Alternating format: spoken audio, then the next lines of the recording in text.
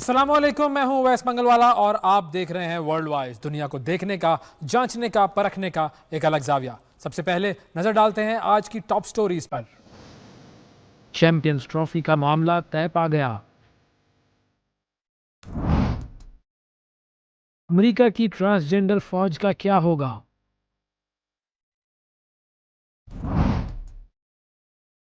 चीन में करप्शन अफसाना या हकीकत? और मोदी सरकार की पॉलिसियों का असर, भारतीयों ने मुल्क छोड़ना शुरू कर दिया। ये थी टॉप स्टोरीज और अब नजर डालते हैं आज की सबसे अहम खबर पर। सबसे बड़ी खबर है क्रिकेट के मैदान से, जहां पर यह तय पा गया है कि चैंपियंस ट्रॉफी 2025 का क्या होगा। फाइनली अब यह डिसीजन सामने आया है कि चैंपियंस ट्रॉफी 2025 हाइब्रिड मॉडल के तहत होगी और इस पर बीसीसीआई, आईसीसी और पीसीबी तीनों मुत्तफिक हो गए हैं और चैंपियंस ट्रॉफी के जो मैचेस हैं वो पाकिस्तान और दुबई में होंगे।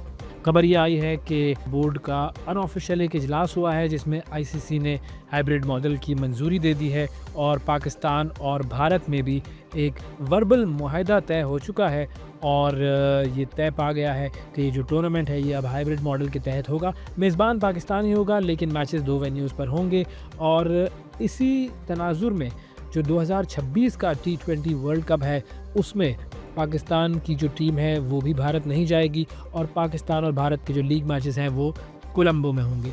जो चैंपियंस ट्रॉफ़ी के ज़र तलाफ़ी के हवाले से मामला है वो ये है कि पाकिस्तान को कोई भी ज़र तलाफ़ी का अमाउंट नहीं मिलेगा और पाकिस्तान 2027 के बाद आईसीसी विमेंस टूर्नामेंट की मेज़बानी करेगा, जबकि 2026 के जो T20 वर्ल्ड कप के नॉकआउट मैचेस हैं उनका मामला बाद में तय होगा। जो मैचेस चैंपियंस ट्रॉफ़ी के पाकिस्तान से दुबई मुंतकिल हुए हैं उस पर आईसीसी ने पाकिस्तान को अजाले की भी पेशकश की थी, ताहम चेयरमैन पीसीबी मोहसिन नकवी ने इजलास में इजाफी मुआवजे की बात नहीं की। तो बेसिकली ये 3 साल का एक फ्यूजन मॉडल है जो कि मंजूर हुआ है और इसमें पीसीबी का दो टोक मौक़िफ़ माना गया है कि अगर भारत पाकिस्तान में कोई मैच नहीं खेलेगा तो पाकिस्तान भी आईसीसी के किसी मैच के लिए अपनी टीम भारत नहीं भेजेगा।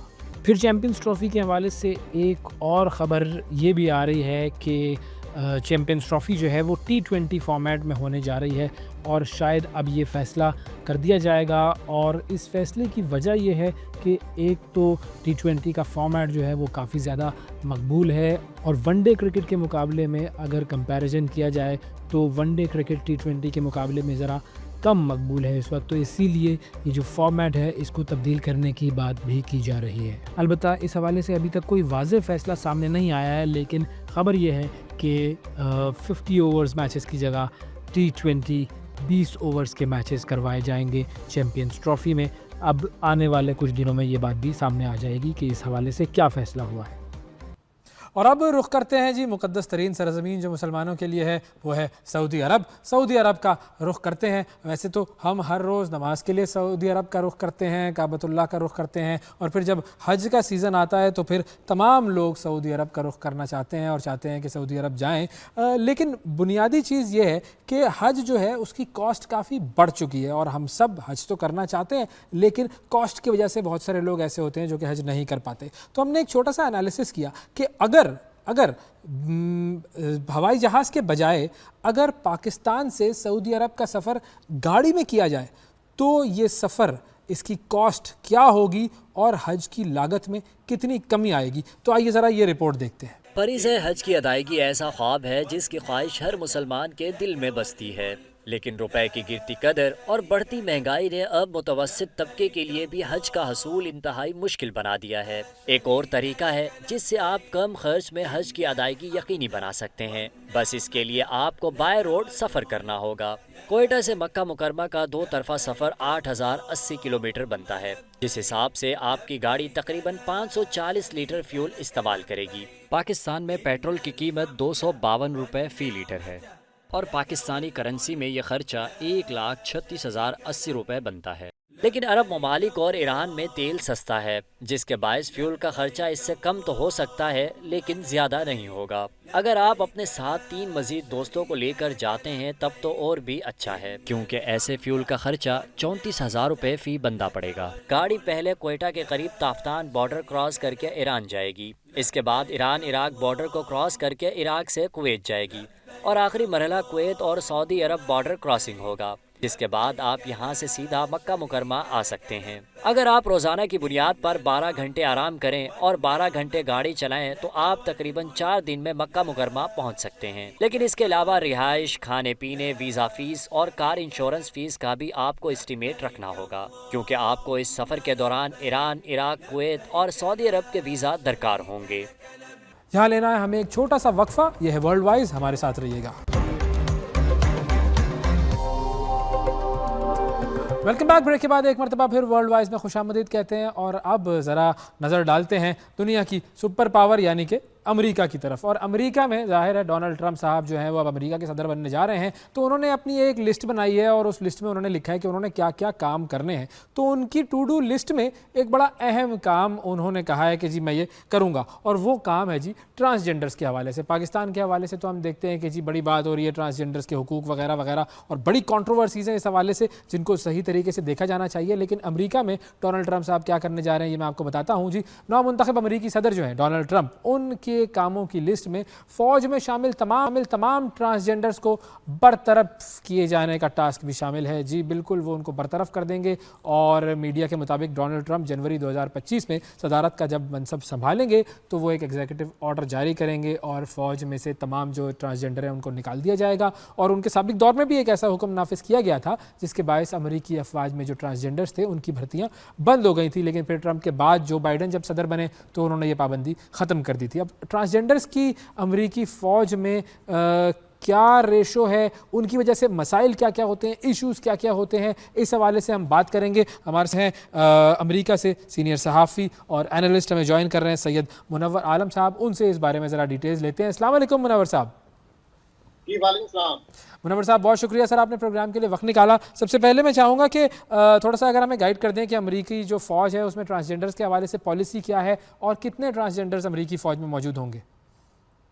जी मैं ये बता रहा था आपको कि ट्रांसजेंडर की भर्ती कोई नई नहीं है और ट्रांसजेंडर भर्ती होते चले आए हैं। खासतौर पर अफगानिस्तान और इराक वॉर के दरमियान इसमें तेजी देखने में आई थी।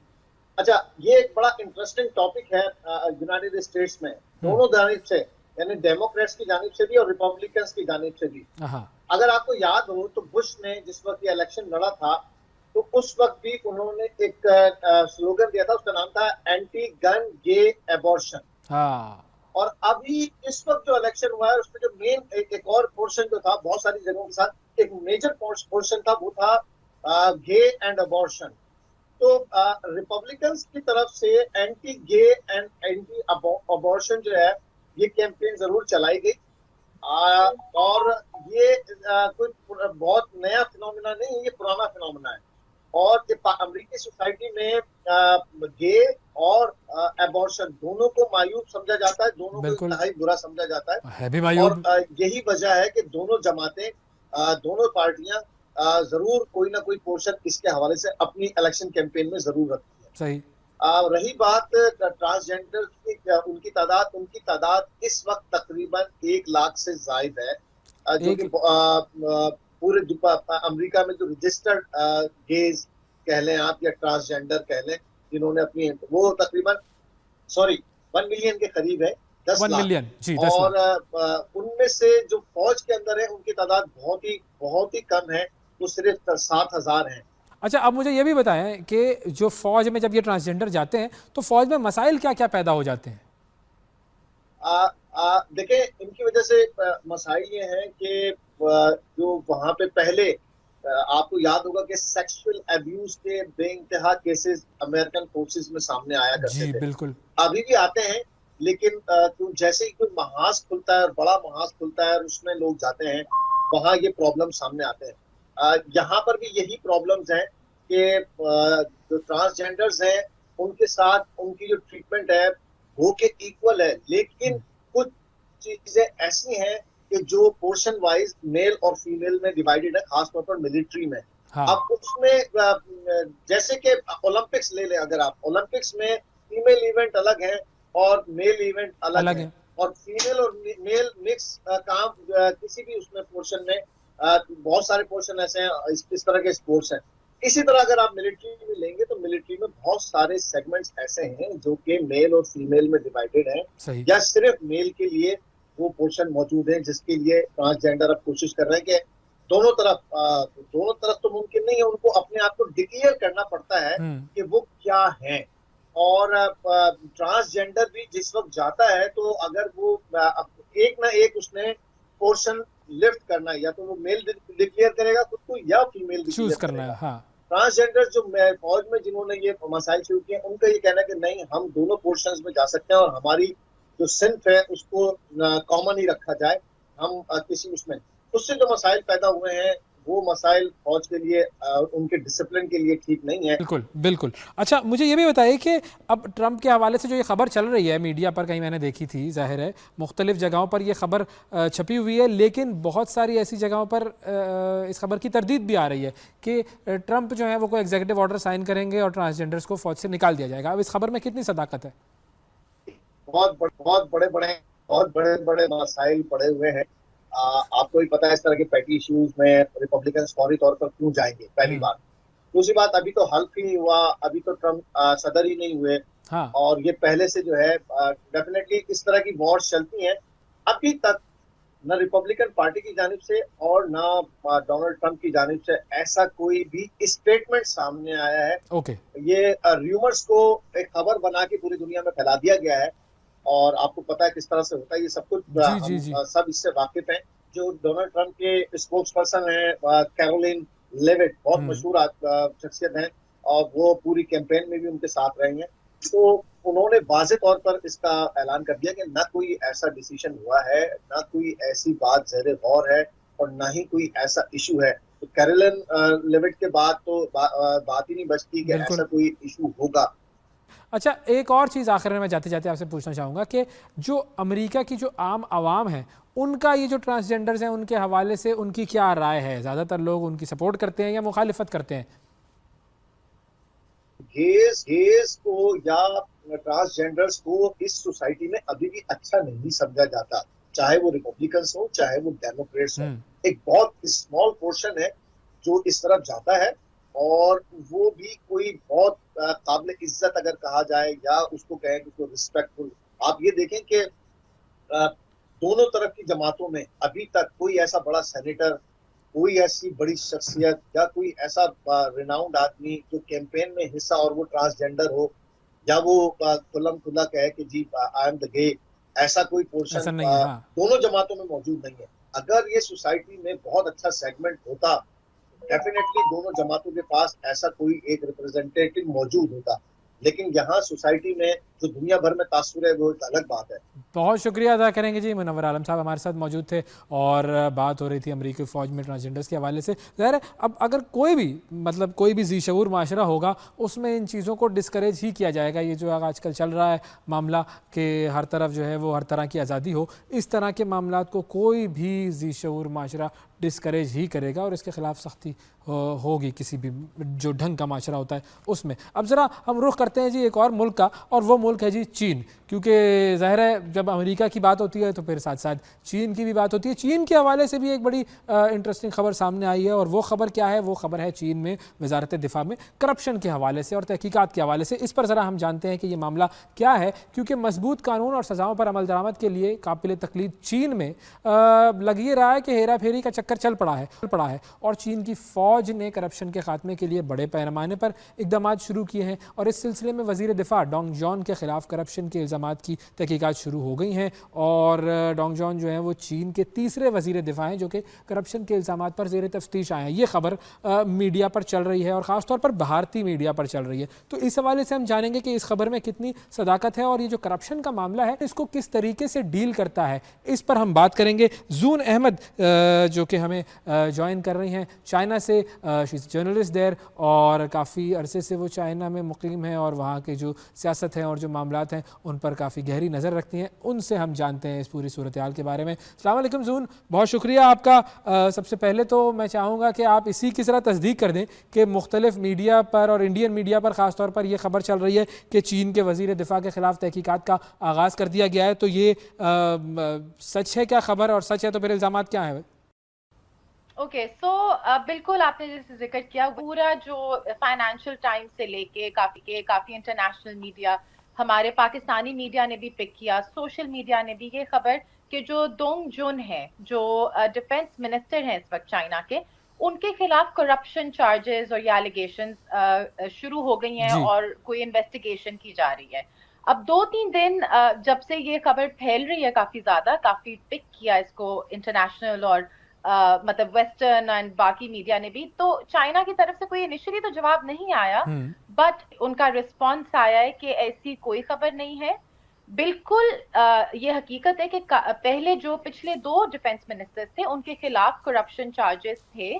उनको उसका सामना भी करना पड़ा। एक एंटी करप्शन कैंपेन के अंडर उनकी इन्वेस्टिगेशन की गई, लेकिन दोंग जुन के खिलाफ जो चार्जेस हैं इस वक्त इसमें कोई वजन नहीं है। Everything is as normal. बल्कि चाइनीज जो रिस्पॉन्स आया है उसमें उन्होंने ये तक कहा कि अभी पिछले हफ्ते ही एक बहुत इंपॉर्टेंट चाइना यूएस डिटांट एक थॉ हुआ है, एक अच्छा प्रोग्रेस हुआ है मिलिट्री टू मिलिट्री डायलॉग में। तो जिसने भी ये खबर शुरू की है एक बुरी इंटेंशन से शुरू की है। तो अब तक तो रिस्पॉन्स ये है कि there is nothing and he is the defence minister and things are as usual. ठीक है, चलें, ये तो फिर मामला इसका मतलब है कि क्लियर हो गया। अब ज़रा अगर हम थोड़ा सा डीप डिगिंग करें ज़रा करप्शन के हवाले से चाइना में, तो हम ये देखते हैं कुछ स्टेटिस्टिक्स हैं कि पिछले साल से करप्शन के खात्मे के लिए चाइना में बड़े इकदाम किए गए हैं और पीपल्स लिबरेशन आर्मी जो है उसके कम से कम 9 जनरल्स और दिफाई सनत के काफ़ी एग्जीक्यूटिव्स को ओहदों से हटाया गया है। तो इस तरह के इकदाम की ज़रूरत क्यों पेश आई है? मेरा ख्याल है इससे बहुत अहम सवाल, ये बहुत अच्छा सवाल है कि क्यों पीएलए, जो कि ऑब्वियसली एक सेकंड दूसरा बड़ा मुल्क है दुनिया का, पीएलए उसकी एक बहुत जो पीपल्स लिबरेशन आर्मी है उसका एक अहम हिस्सा है। और चाइना को जिस तरह के सिक्योरिटी कंसर्न्स हैं अपने रीजन में एंड अदरवाइज, आई मीन उसकी ग्रोथ, पीएलए की ग्रोथ भी बहुत ज्यादा है। तो जैसे एक बड़ा इदारा एक्सपैंड करता है, उसकी अहमियत एक्सपैंड करती है, वो बड़े स्केल पे अब ऑपरेट कर रहा है, उसमें जिसकी प्रमोशन होगी और जो डिमोट होगा उसके भी स्टेक्स बहुत हाई हो जाते हैं।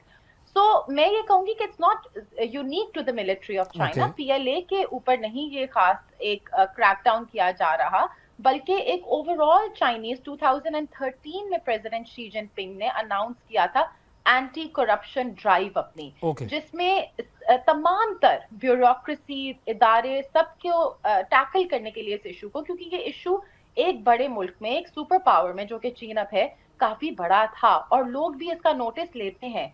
तो क्या तरीका है कि आप एक ऐसा सिस्टम इजाद करें जिसमें जो ऑफिशियल्स हैं जिनके पास इतनी पावर होती है उनके पास अब्यूज ऑफ पावर के चांसेस कम हो जाएं। तो 2013 में चाइना ने एक स्पेशल इदारा क्रिएट किया जो पार्टी के अंडर आता है और एक इंडिपेंडेंट इन्वेस्टिगेशन करता है तमाम तर, चाहे वो पीएलए है, चाहे वो एग्रीकल्चर है, चाहे वो लोकल लेवल ऑफिशियल्स हैं। ये प्रेसिडेंट शी जिनपिंग के अंडर इदारा आता है और इसका नाम है CCDI, central commission for discipline inspection. तो PLA is part of that and 2.3 million अब तक ऑफिसर्स इस के थ्रू करप्शन चार्जेस में अक्यूज किए गए हैं। उनको इन्वेस्टिगेशन के बाद कॉन्सिक्वेंसेस का सामना भी करना पड़ा है। अच्छा, मुझे ये भी बताइएगा कि जो पिछले 2 वजीर दिफा थे जिनके ऊपर इल्जाम थे, वो क्या इल्जाम थे? जो पिछले ली शांगफू थे उन्होंने तकरीबन 10 महीने सर्व किया था और उनके ऊपर, मतलब I was reading into the report, क्योंकि काफी कहा गया है कि एक तो डिसिप्लिनरी इश्यूज थे। डिसिप्लिनरी का मतलब है कि शायद इधर चीन में लफ्ज इस्तेमाल किया जाता है ग्वानशी का, कि रिश्तेदारी, आपस में एक दूसरे को जानते हुए आप किसी को फेवर देते हैं। एक चार्ज इन पे वो था। फिर फाइनेंशियल करप्शन का भी चार्ज था, बट एग्जैक्ट जो उसकी क्वांटिटी है उसको हम अभी वेरीफाई नहीं कर पाए। तो और जो इससे पहले वाले भी थे डिफेंस मिनिस्टर, उन पे भी ग्राफ्ट केसेस का, तो उसमें आ जाता है bribery, disciplinary issues and obviously किसी और का हक मारना। ये काफी बड़ा इशू है कि अगर एक बड़ा आपके पास प्रोजेक्ट आ गया है तो आप उसके based on your personal relation या बेस्ड ऑन ब्राइबरी डिसीजन करते हैं, नॉट बेस्ड ऑन कॉम्पिटेंस। तो दोनों जो पिछले डिफेंस मिनिस्टर्स थे उनके ऊपर यही चार्जेस थे, ली शांगफू और वे फंगहे सर्व फॉर लाइक 5 years और ली शांगफू की टर्म तो लेस देन 1 year। ओके और बाकी किन किन डिपार्टमेंट्स में, गवर्नमेंट डिपार्टमेंट्स में करप्शन के मामलात ऐसे हैं जिनको टैकल किया जा रहा है? नहीं बहुत देखें, जैसे मैंने कहा कि 2013 में एंटी करप्शन ड्राइव शुरू हुई।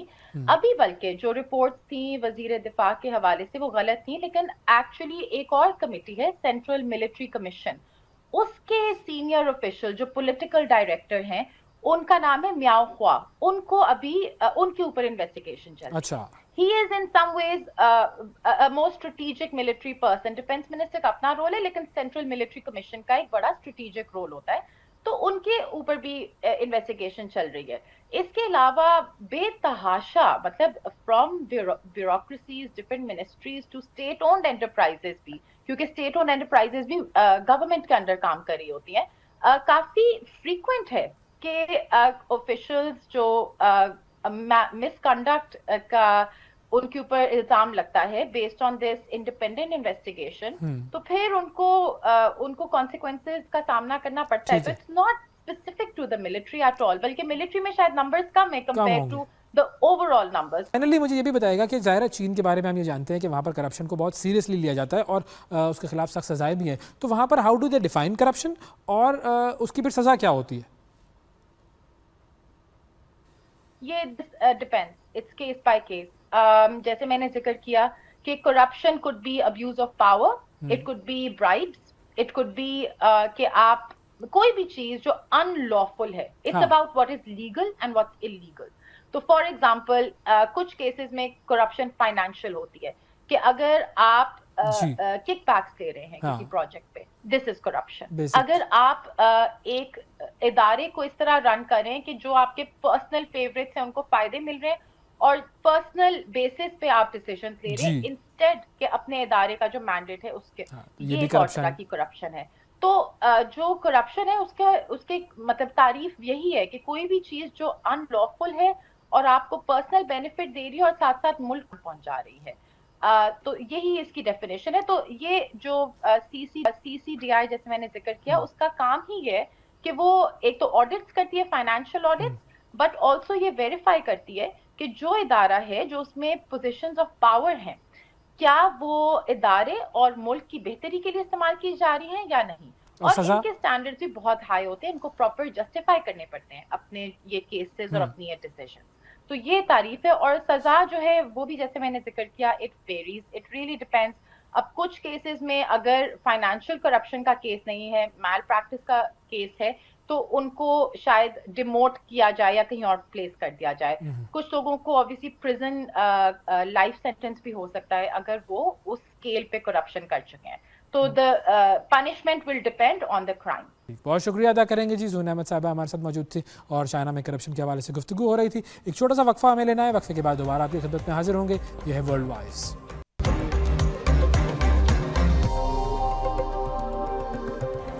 Welcome back. ब्रेक के बाद एक मरतबा फिर आपको वर्ल्ड वाइज में खुशामदीद कहते हैं और अब रुख करते हैं उस मुल्क का कि जिसका नाम है इंडिया। जी, इंडिया में एक बड़ा मसला खड़ा हो गया और वो मसला है कि इंडिया के बहुत सारे लोग ऐसे हैं जो कि इंडिया छोड़कर बाहर जाना चाह रहे हैं। हमारे यहाँ पर बात होती है कि जी बहुत सारे पाकिस्तानी बाहर जा रहे हैं और हमें इस पर तशवीश है, लेकिन भारत के अगर स्टेटिस्टिक्स देखे जाएँ तो उससे पता लगता है कि भारत की एक बहुत बड़ी आबादी है जो कि बाहर जाना चाह रही है। बाहर से मतलब ये कि भारत को छोड़कर मुल्क से बाहर जाना चाह रहे हैं। क्यों, वजह क्या है? यह है जी मोदी सरकार की पॉलिसियों की बदौलत। एक आम भारतीय बशमूल हिंदू, हिंदू और मुसलमान ये सब तंग आ चुके हैं और भारत छोड़ने पर मजबूर हो चुके हैं। मुसलसल इक़्तिदार में रहने के बावजूद मोदी ने भारतीय अवाम के जो माशी मसाइल हैं उनको हल नहीं किया और भारतीयों की बड़ी तादाद गैर कानूनी रास्ते इख्तियार करके मुल्क छोड़कर जा रही है और गैर कानूनी रास्ते अपनाने की वजह से अक्सर भारतीय जो हैं वो पकड़े जाते हैं और फिर उन्हें वापस भी भेज दिया जाता है। इस हवाले से हम बात करेंगे। हमारे साथ मौजूद हैं राजा फैसल साहब जो कि सीनियर हैं, उनसे हम इस मामले की ज़रा तफसील जानते हैं। अस्सलाम वालेकुम राजा फैसल साहब। वालेकुम सलाम। राजा साहब बहुत शुक्रिया। सर मुझे ये बताइए सबसे पहले तो कि ये जो हमारे पास वैसे मीडिया से जो इमेज आता है भारत का वो तो है जी इनक्रेडिबल इंडिया, शाइनिंग इंडिया, लेकिन जब हम स्टैटिस्टिक्स देखते हैं, खबरें देखते हैं तो पता ये चलता है कि बहुत सारे भारतीय ऐसे हैं जो कि अपना मुल्क छोड़ना चाह रहे हैं। वो क्यों छोड़ना चाह रहे हैं, क्या वजह है सर? देखिए अवैस, शाइनिंग इंडिया है, इनक्रेडिबल इंडिया है, वो मेरा ख्याल है सिर्फ और सिर्फ अंबानीज और अडानीज के लिए और बिरलाज के लिए और टाटाज के लिए। When it comes to youth of India itself, उनके लिए वो नहीं है। आज भी यूथ की वो यूथ जो कि डिग्रीज लेके अपनी यूनिवर्सिटी से बाहर आ रही है, उनके लिए अपॉर्चुनिटीज हैं ना होने के बराबर हैं। और अनएम्प्लॉयमेंट अगर उनमें देखी जाए तो ज्यादातर 10.5% of the youth they have, वो कोई जॉब्स उनको सामने नजर नहीं आती। अच्छा। यहाँ सबसे इंपॉर्टेंट बात यह है कि ये वो इंडिया है जिसके बारे में कि हमेशा से ये कहा जाता था कि ये सेकुलर इंडिया है और इसमें सबके लिए इक्वल अपॉर्चुनिटीज होती हैं, regardless of the religion, regardless of the creed they hello from.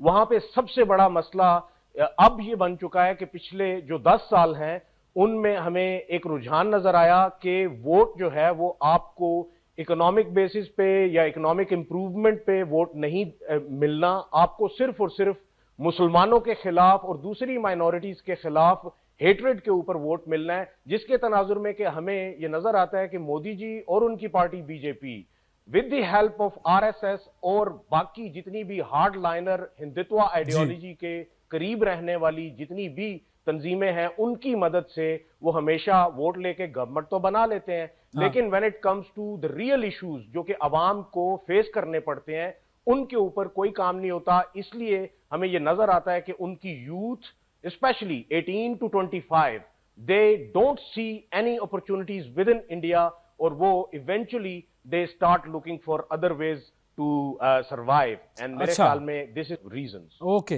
अच्छा अब ये भी मुझे बताइएगा कि ये जो भारत के जो लोग जो मुल्क छोड़कर जा रहे हैं ये किन ममालिक की तरफ जा रहे हैं? क्योंकि अमेरिका, बरतानिया, यूके, कनाडा वगैरह ये चॉइस होते हैं ममालिक जो भी छोड़ना चाहते हैं लोग, लेकिन अमेरिका के साथ और ख़ास तौर पर कनाडा के साथ तो भारत के ताल्लुकात ज़रा ख़राब हो चुके हैं। बिल्कुल ऐसे ही है, लेकिन अगर देखा जाए तो सबकी नजरें अमेरिका पे और वेस्टर्न कंट्रीज पे इसलिए भी हैं क्योंकि जब उनके सामने बड़े बड़े नाम आते हैं जैसे सुंदर पिचाई जो कि वो बहुत ही अच्छे वेस्टर्न कंट्रीज में जाके सेटल हो जाते हैं, जब उनको ये देखते हैं और ये क्योंकि ज्यादातर इनकी यूथ सोशल मीडिया से भी अटैच्ड है, जब इस तरह की बिग स्टोरीज देखते हैं कि वो यहाँ पे तो कुछ नहीं थे लेकिन जब वो उस मुल्क में गए जहां पे कि इक्वल अपॉर्चुनिटीज फॉर ऑल हैं, तो ये उनको फॉलो करते हुए ये वेस्टर्न कंट्रीज में जाना पसंद करते हैं। जिसके लिए कि हमें बहुत अच्छे तरीके से पता है कि लाखों की तादाद में जो लोग हैं वो वेस्टर्न कंट्रीज में इलीगल मीन्स के जरिए उनके मुल्कों में दाखिल होते हैं। और ये अमेरिका जैसे मुल्क के लिए जहां पे कि हजारों की तादाद में ऐसे लोग हैं जो कि डिक्लेयर्ड हैं कि इनको असाइलम भी नहीं दी जा सकती, इनको सेटल भी नहीं किया जा सकता, we have to send them back to their own country. और उसमें अब एक साल में अगर देखा जाए, इस साल में 1000 से ऊपर जो नौजवान हैं उनको सिर्फ अमेरिका से डिपोर्ट किया गया बैक टू इंडिया। लेकिन उनके पास भी इतने रिसोर्सेज नहीं है कि वो हर एक को वो जहाज में बैठा के भेजें। मेरे ख्याल में अगर वो कोई शिप वगैरह भेजना शुरू कर दें तो it would be quite easier for them to all of these people to be sent back to their country. लेकिन ये है कि इजीएस्ट वेज इनको ये मिले हुए हैं कि ऐसी जो कैरेबियन स्टेट्स हैं जहां पे के पुराने वक्तों से ब्रिटिश कॉलोनियल दौर से वहां पे हिंदू बसते हैं, तो वहां पे ये चले जाते हैं और वहां से जैसे कि गयाना हो गया और जमैका हो गया, वहां पे अभी भी आपको इंडियन डिसेंट नजर आते हैं। तो वहां से ये मेक्सिको जाके तो ये बॉर्डर क्रॉस करते हैं। तो इनका एक प्रॉपर नेक्सस है जो कि सिर्फ इसीलिए काम कर रहा है वहां पे कि वो उनको भी बहुत अच्छे तरीके से पता है कि इंडिया का जो यूथ बल्ज है और इंडिया की जो आबादी है वो इतनी इनॉर्मस है कि वहां से ये भर भर के भी अगर अपने पास लोग लेके आते हैं तो it would be easier to run that human trafficking business as well. मैं कुछ स्टेटिस्टिक्स देख रहा था तो मैंने ये देखा कि भारत छोड़ने वाले जो लोग हैं ज़्यादातर उनमें तादाद जो है वो गुजरात से बहुत सारे लोग ऐसे हैं जो कि बाहर जा रहे हैं, फिर उसके अलावा हरियाणा से, पंजाब से काफ़ी सारे लोग ऐसे हैं जो बाहर जा रहे हैं, जाना चाह भी रहे हैं। तो क्या इन रियासतों का निज़ाम बिल्कुल तहस नहस हो चुका है? बिल्कुल है। और ये देखिए, ये वही रियासतें हैं जिसमें कि आपको ये भी एक एस्पेक्ट नजर आता है कि ये ट्रबल्ड रियासतें हैं जहां पे कि एक हिंदुत्व आइडियोलॉजी की परसिस्टेंस आपको ज्यादा नजर आती है। और अगर गुजरात की बात की जाए तो वहां पे आपको बहुत अच्छे तरीके से पता है कि Gujarat was the very place from where Modi was declared as the butcher of Gujarat. और वहां पे जो कुछ आतंक फैलाया गया उस वक्त के सीएम मोदी जी की तरफ से, ये एक एस्पेक्ट है, ये एक रीजन है। तब से ही हमेशा से वहां पे हमें देखने को मिलता है कि एक तलखी है और वहां पे कुछ इस तरह की अपॉर्चुनिटीज नहीं है। हाँ, अगर बात की जाए अडानीज के लिए और अंबानीज के लिए तो उनके लिए तो हमेशा से वो वहां पे रही अपॉर्चुनिटीज। या फिर यह कि अमित शाह के साहबजादे के लिए अगर बात की जाए, जय शाह जी के लिए, तो वहां पे तो हमेशा से उनके लिए तो होंगी, लेकिन किसी आम जो भारतीय नागरिक है उसके लिए वहां पे अपॉर्चुनिटीज नहीं होती। Same is the case with other states as well. Even I would say UP में भी यही चीज हमें देखने को मिलती है। अमूमन क्या होता है कि ये सिर्फ और सिर्फ मुसलमानों के खिलाफ नहीं है, ये क्रिश्चियंस के भी खिलाफ है, ये सिखिज्म के भी खिलाफ है, और ये इवन के वो लोग, वो दलित जो कि अपने आधार कार्ड में अपने आप को हिंदू शो करते हैं, ये उनके भी खिलाफ है। क्योंकि वो जो हिंदूज हैं उनको मंदिर जाने की इजाजत नहीं, उनको वो अछूत हैं, वो अनटचेबल्स हैं। तो इस वजह से ये सारी की सारी जो सोशल फैब्रिक है इनकी इन डोमेन्स पे चलती है। और फिर इकोनॉमिक जब बारी आती है नौकरियों की, फिर जब बारी आती है गवर्नमेंट की नौकरियों की, स्टेट में जो स्टेट गवर्नमेंट की नौकरियां हैं उनमें भी सिर्फ और सिर्फ वो जो अपर क्लास हिंदूज हैं उनको फेवर किया जाता है, ना कि बगैर किसी कोटा के आप दूसरों को भी बेसिकली उनको भी फैसिलिटेट करें। द नंबर ऑफ पीपल, अब तो इनकी अपनी पार्लियामेंट में भी अगर आप देख लें तो जो हमें इनके सेकुलर के जो दावे पहले मिला करते थे, उस दौर में जो मुसलमानों की और सिखों की और बड़ी बड़ी पोजीशंस पे ये जगह मिल जाती थी किसी ना किसी तरीके से पिछली गवर्नमेंट में। That is why we saw के माजी में एक इनके जो प्राइम मिनिस्टर थे वो ऑफ कोर्स सिखिज्म से भी थे, मनमोहन सिंह। लेकिन आगे अगर हम चले जाएं तो अब तो छोटी से छोटी जो जॉब्स हैं या बड़ी से बड़ा जो ओहदा है उसमें आपको वही बंदा नजर आता है जिसकी किसी ना किसी तरीके से हिंदुत्व आइडियोलॉजी के साथ अलाइनमेंट है। जब वाइडर लेवल पे पॉपुलेशन ये चीजें देखती है तो वो अपने आप को इससे डिसएसोसिएट करती है और कहती है कि शायद ये सोसाइटी अब हमारे रहने के काबिल नहीं रही, अब हमें किसी ऐसी सोसाइटी में जाना चाहिए जहां पे कि हमें डिस्क्रिमिनेट ना किया जाए on the basis of our religion और आवर कास्ट। तो ये भी एक बहुत बड़ी वजह हो सकती है। अच्छा, अब चूंकि आपने कहा कि ज्यादातर अपॉर्चुनिटीज जो हैं वो तो अपर क्लास के लिए हैं और वही सारी जो धन दौलत है उसके मालिक हैं, मिडिल क्लास के ऊपर बुरा वक्त है। तो अगर मिडिल क्लास के ऊपर बुरा वक्त है, उसको अपॉर्चुनिटीज नहीं मिल रही हैं, तो फिर लोअर क्लास का बेचारों का क्या हाल होगा वहां पर? देखिए, ये बहुत ही इंपॉर्टेंट क्वेश्चन है। अब अगर देखा जाए तो ये जो मोदी जी के पिछले 10 साल की हमें जो एडमिनिस्ट्रेशन नजर आ रही है, इसमें जो पहले हमें नजर आता था कि मिडिल क्लास वहां पे परसिस्ट करती थी, उसकी वजह यह है कि इन्फ्लेशन के ऊपर एक कंट्रोल था। अब इन्फ्लेशन के ऊपर कंट्रोल उस तरीके से नहीं है। इस वजह से आज के भारत में हमें यह नजर आता है कि इन्फ्लेशन एक ऐसा बीस्ट बन चुका है, एक ऐसा खतरनाक उनके लिए बॉम्ब बन चुका है जो कि किसी ना किसी दिन फट जाएगा। जिस इन्फ्लेशन की वजह से जो हमें एक व्हाइट कॉलर मिडिल क्लास नजर आती थी, जिसको के कहा जाता था कि इंडिया के पास एक बहुत बड़ी मिडिल क्लास है जो कि चीजें अफोर्ड कर सकती बाइंग क्लास है। इस वजह से मल्टीनेशनल जो हैं वो भी इंडिया में जाना पसंद करते थे क्योंकि उनके पास एक मिडिल क्लास बढ़ती जा रही थी। अब जो कि डिक्रीज होती जा रही है, either somebody is becoming the richest or somebody is becoming the poorest. In the middle जो भी लोग थे जो कि चीजों को बाय करते थे और बाइंग पावर थी उनके पास, वो श्रिंक होती जा रही है, जिसकी वजह से कि बिजनेसेस एट लार्ज वो उनके ऊपर बहुत बुरा असर पड़ रहा है। And yes, you are right. When we talk about the lower class, I mean, we can't even imagine कि वो किन हालात में रहना शुरू कर दिया होगा उन्होंने। उसकी वजह ये है कि उनके लिए तो अपॉर्चुनिटीज ना होने के बराबर होंगी। मिडिल क्लास, इकोनॉमिकली जो मिडिल क्लास है उसमें उनके पास अदर कुशंस हो सकते थे, जिसमें कि अगर कोई स्वामी है या अगर कोई ब्राह्मण है तो he will be preferred to a job. But if somebody is from the lower caste in the middle section, in the middle class, then उसके लिए तो ये बहुत ही मुहाल होगा। तो उसी मिडिल क्लास में से हमें ज्यादातर लोग जो कि इस्तात रखते हैं सारे ट्रैवल को बर्दाश्त करने की और साथ में सारे ट्रैवल को पे करने की भी, तो वो तो अपने इंडिया को खैरबाद कह के तो वो अपना एक नया मस्कन, एक नया मुल्क ढूंढ लेते हैं। लेकिन जो सबसे लोएस्ट क्लास है उनकी इकोनॉमिकली, उनके लिए तो कोई ऑप्शन नहीं रहती। और मेरे ख्याल में ये एक ऐसा टिकिंग बॉम्ब है जो कि इन अ कंट्री लाइक इंडिया, जिसकी के मोर देन 1 बिलियन पॉपुलेशन है, उनके लिए ये एक बहुत बड़ा disaster it's only on the corner. Thank you ji, बहुत शुक्रिया अदा करेंगे। राजा फैसल साहब हमारे साथ मौजूद थे। और बुनियादी जो टेक अवे है इस सेगमेंट का वो क्या है कि जो चीज़ें फिल्मों में नज़र आती हैं वो अलग होती हैं और हकीकत कुछ और होती है। आज के प्रोग्राम में इतना ही। आपसे अगले प्रोग्राम में फिर मुलाकात करेंगे। उस वक्त तक के लिए इजाज़त दीजिए। अल्लाह हाफ़िज़।